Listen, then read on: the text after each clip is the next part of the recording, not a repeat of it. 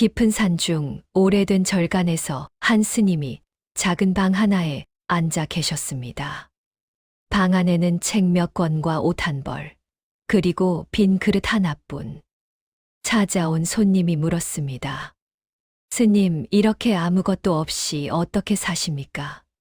스님은 미소 지으며 답했습니다. 아무것도 없기에 모든 것을 가졌습니다. 오늘 우리는 법정 스님께서 남기신 무소유의 지혜를 통해 진정한 자유와 행복으로 가는 길을 찾아보려 합니다. 물질의 풍요 속에서도 마음의 허기를 느끼는 현대인들에게 법정 스님의 가르침은 천년 전 부처님의 지혜가 오늘날에도 여전히 살아 숨쉬는 진리임을 보여줍니다. 첫 번째 가르침, 사람은 자기 몫의 삶을 살아야 합니다. 서울의 한 아파트에 사는 김 씨는 매일 아침 출근길에 이웃집 현관문 앞에 놓인 명품 구두를 보며 한숨을 쉬었습니다. 왜 나는 저런 것을 가질 수 없을까? 왜 내 삶은 이렇게 초라할까? 그러던 어느 날, 그는 법정 스님의 책에서 이런 구절을 읽게 됩니다. 꽃은 꽃대로 피고 풀은 풀대로 자란다. 장미가 민들레를 부러워하지 않듯 민들레도 장미가 되려 하지 않는다. 부처님께서는 말씀하셨습니다. 비교하는 마음에서 고통이 생겨난다고. 우리는 각자 타고난 인연과 업에 따라 다른 모습으로 이 세상에 왔습니다. 키 큰 나무는 키 큰 대로, 작은 풀은 작은 대로 각자의 역할이 있습니다. 숲이 아름다운 것은 모든 나무가 같은 크기로 자라지 않기 때문입니다. 자기 몫의 삶을 산다는 것은 포기나 체념이 아닙니다. 오히려 나만의 고유한 향기를 피워내는 일입니다.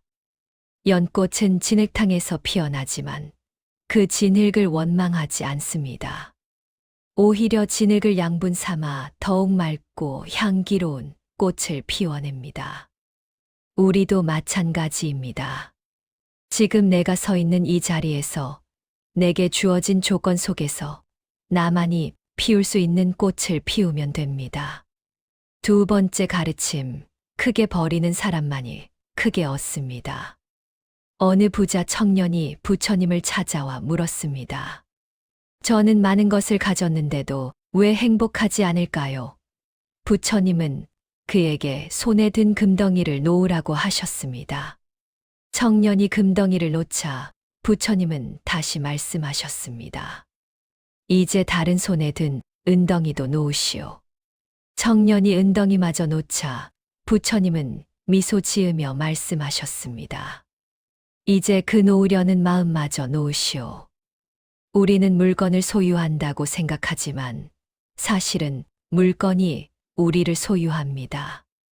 명품 가방을 산 후 그것이 더럽혀질까봐 조심하고 비싼 차를 산 후 흠집이 날까봐 전전긍긍합니다. 물건을 위해 마음을 쓰고 물건 때문에 마음이 상합니다.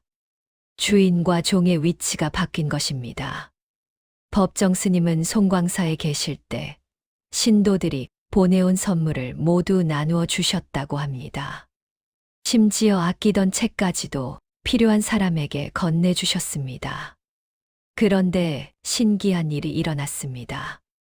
드릴수록 더 많은 것이 돌아왔습니다. 물질적인 것뿐만이 아닙니다. 마음의 평안, 자유로움, 그리고 진정한 기쁨이 그 빈자리를 채웠습니다. 버린다는 것은 잃는 것이 아니라 비우는 것입니다. 컵에 담긴 탁한 물을 버려야 맑은 물을 담을 수 있듯 마음의 욕심을 비워야 지혜와 자비가 들어올 자리가 생깁니다. 세 번째 가르침, 버리고 비우는 일은 소극적인 삶이 아니라 지혜로운 삶의 선택입니다. 현대 사회는 우리에게 끊임없이 더 많이 가지라고 부추깁니다. 더 큰 집, 더 좋은 차, 더 많은 옷. 그러나 정작 우리가 행복해지는 순간을 떠올려 보면 그것은 무언가를 얻었을 때가 아니라 무언가로부터 자유로워졌을 때입니다. 한 기업 CEO가 있었습니다. 그는 성공을 위해 모든 것을 바쳤습니다. 새벽부터 밤늦게까지 일했고 주말도 없이 살았습니다. 그러던 어느 날 건강검진에서 심각한 병을 발견하게 됩니다. 병상에 누워 그는 깨달았습니다. 자신이 쌓아올린 것들이 결국 자신을 위한 것이 아니었다는 것을.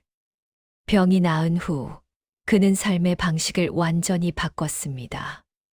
불필요한 사업은 정리하고 집도 작은 곳으로 옮겼습니다.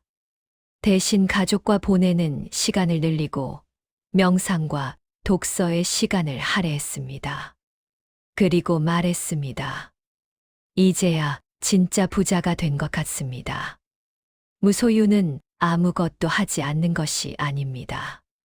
오히려 가장 적극적인 선택입니다. 인생에서 정말 중요한 것이 무엇인지 분명히 알고 그것을 위해 나머지를 과감히 정리하는 것입니다. 산을 오르는 등산가가 불필요한 짐을 버리듯 인생이라는 산을 오르는 우리도 욕심이라는 무거운 짐을 내려놓아야 합니다. 네 번째 가르침, 사는 것도 나 자신의 일이고 죽음도 나 자신의 일입니다. 우리는 혼자 태어나고 혼자 떠납니다. 이것은 외로운 이야기가 아니라 자유로운 이야기입니다. 내 삶의 주인이 나라는 것, 그 누구도 대신 살아줄 수 없다는 것, 이것이야말로 가장 큰 축복입니다.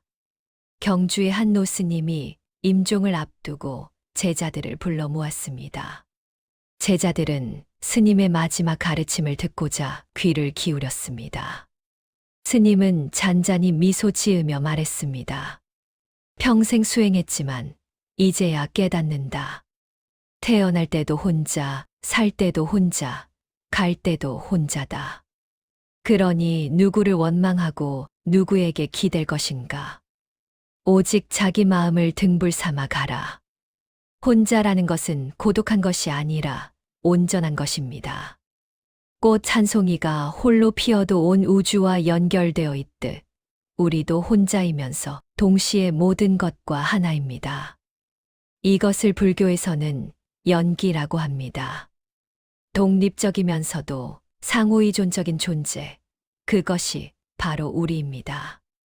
다섯 번째 가르침, 바로 지금이지 다음 시절은 없습니다. 우리는 늘 과거를 후회하거나 미래를 걱정합니다. 그러나 과거는 이미 지나갔고 미래는 아직 오지 않았습니다. 우리가 실제로 살 수 있는 시간은 오직 지금뿐입니다. 한 젊은이가 법정 스님을 찾아와 물었습니다. 스님, 언제쯤 제가 깨달음을 얻을 수 있을까요?